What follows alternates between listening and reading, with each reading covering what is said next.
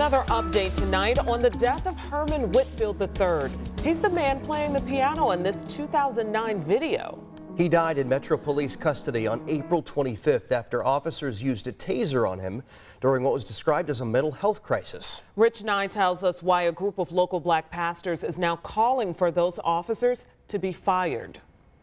Herman Whitfield III was an accomplished pianist, a Brebeuf Prep School, Oberlin College, and Cleveland Institute of Music graduate. I'm an Indianapolis native and I've been playing the piano for over 20 years. He appeared in this 2009 Indy Arts Council video.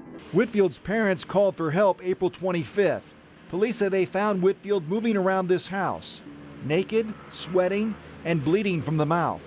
Police say after more than 10 minutes of negotiations and de-escalation tactics, the large man allegedly moved quickly toward an officer.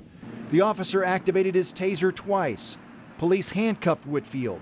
Medics then came into the house and found Whitfield on his stomach, unresponsive. They did not call the police when he was having a mental health crisis. They called the ambulance because they feared that this very thing would happen. Yes. They protected him for 39 years.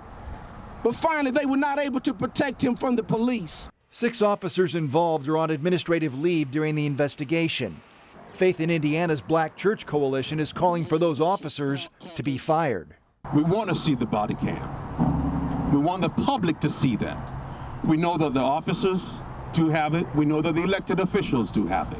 We now want that to be shared with the public. The pastors also want a clinician-led response team in place by the end of the year to handle mental health calls for help. I'm pleading with the city.